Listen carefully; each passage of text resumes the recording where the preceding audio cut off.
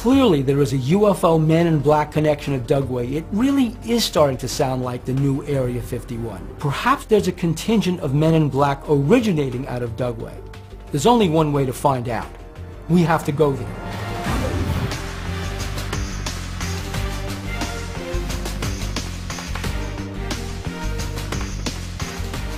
We're meeting with Ken Storch and Bob X, who are instrumental in our investigation of underground bases both near here and in Dulce, New Mexico. Ken and Bob have been investigating Dugway for years, and they too had a run-in with Men in Black. We had intel that this area was the new Area 51, and so we came out here to gather intel and to verify if indeed that was the case. We had stopped in at Willow Springs Lodge, and a gentleman up there that owned it said, "Are you boys going out into the desert?" And we said, "Yeah." He said, "There's been some strange things happening out in the desert." He said, "Well, are you guys carrying? Do you have guns?" And we said, "Well, yeah." And he said, "Well, good." He said, "Just be alert." So we drove out to this location. It was about 9 o'clock in the morning, and as I pulled out of the little turnout, I looked in the mirror and I could see a dust cloud coming real fast. This vehicle came right up on our, and I kept slowing down, hoping that he'd go around and pass. Well, he did, and he kept slowing down. Finally, Bob said, "Hey, pull over. I've had enough of this." We pulled over. Bob bailed out of the car. I stayed in the car and I adjusted the mirror. Now, there were two individuals in the car. No insignia on the vehicle, no light bar, no nothing. The driver got out, Bob got out. I walked in between the vehicles. He had bloused pants on. Right. Had a vest. I couldn't see a badge, but I knew this guy was dressed in black. He says, "What are you doing out here?" I said, "I'm just taking some pictures." He says, "I need to see some identification." I says, "I need to see who you are." And this man goes, "This is all you need to see." And he points to the G14 tag. A G14 tag or license plate is a government plate. The General Service Administration, or GSA, maintains vehicles in a motor pool across the country for official use by government agencies and departments. They're numbered G11 through G91. G14 is issued for an interagency motor pool system for large cars. As you can see, this place is very remote. There was the two of them and the two of us and nothing else around. And it could have gone south. So I had my weapon down between my legs. I had the driver's mirror focused on him and the rear view mirror focused on the passenger. They were expecting to intimidate us into giving up what we were doing and you know, pretty much drop to our knees and you know, the Holy Grail type of thing. Well, it didn't happen that way. After that, got back in the vehicle, we took off. He followed us all the way to where the road turns, and we went to Vernon, and he went straight, but he was still on our butt. Maybe just like John Rhodes, Ken and Bob were getting too close to something the government didn't want them to see. I took the tag number down. And what'd you find out? Well, it was very interesting when I got back to my jurisdiction, because I was active law enforcement at that time, and I ran the tag, and it came back to a white Jeep for Bureau of Land Management out of Park County, Colorado. And this wasn't a Jeep. And this wasn't a Jeep. So I called the Park County Bureau of Land Management supervisor, and I said, "Do you have a vehicle with this tag number?" And the supervisor goes, "Sure do." And I'm looking at it right out my office window. And Park County, Colorado is 450, 500 miles away. That tag number did not belong on that vehicle. That raised all kinds of red flags with me. It's all adding up. Men in Black have a long history of impersonating people. And now these two Men in Black are apparently caught in a lie. Perhaps those G14 plates were actually taken from another vehicle. Well, let me ask you a question. We're standing here right now. Yep. Do you think there's an eye on you? Absolutely. You better believe it. And they monitor the communication. We've been told that a number of times. If you're on the radio or if you're on your cell phone, this whole area is being monitored. But we're on public land now. Why are we being monitored? Well, base is right there. No sooner do we start talking about being monitored by Men in Black when two helicopters appear overhead.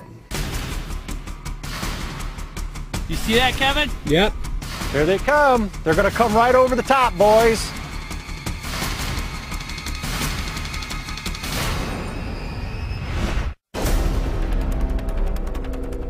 You see that, Kevin? Yep.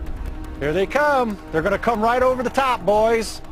We're near the Dugway Proving Ground in Utah. Some are calling this the new Area 51. Researchers believe there's evidence of reverse engineering going on here. And I don't think it's a coincidence that as soon as we start talking about Men in Black, dark helicopters show up. But how ironic that they picked this spot to fly over. Would you say they're black? See any insignia on them? I don't see that. That's not olive drab. That's not olive drab. No, it's not, and there's no insignia. You see a tail number? No, I would say those were black. They were black helicopters. They were. Yeah. That's really weird. I've worked with a lot of Chinooks, man. They're olive drab.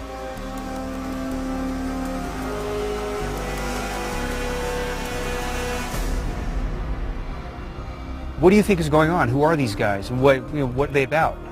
My take on it is that they are a private entity working in conjunction with someone that's involved in flying saucers or UFOs, whatever you want to call them. It gives government plausible deniability. In other words, here's a project and you farm it off to a private company and they take care of the dirty work for you. I believe ET's here, and I believe our government knows about it. And therefore, what better way to have a certain entity that you can pawn off certain operations that you don't have to send your people on. You just make a phone call and say, hey, we've got a witness out here that's got some evidence. Why don't you go out there and intimidate them, either to keep their mouth shut, give up the evidence, or last but not least, adios, amigos. Guy on black right there. Holy shit, guy on black right there.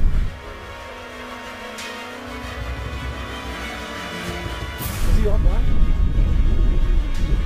He's getting in, he's walking in front of the white truck parked next to the building. Backing up. Dude, they just hit that truck. The truck pulled behind the building. It's sitting right there behind the building.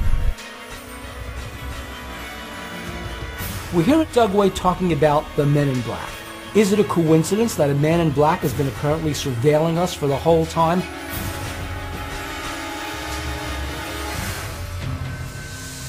Well, look, there's no denying. Men in black were surveilling us. Between the photo, all the eyewitnesses, and the helicopters, and now this, it seems to me that there's a very strong military connection to the Men in Black. As investigators, we've gotten closer to the Men in Black than anyone. We've heard stories of threats and intimidation, and we've experienced some of that ourselves.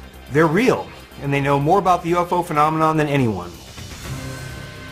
We did have credible witnesses, and it's hard to question first-hand accounts. But when you look at the sightings, the threats, the intimidations, and even our own encounter at Dugway, I think it's very likely that we're talking about coincidences here.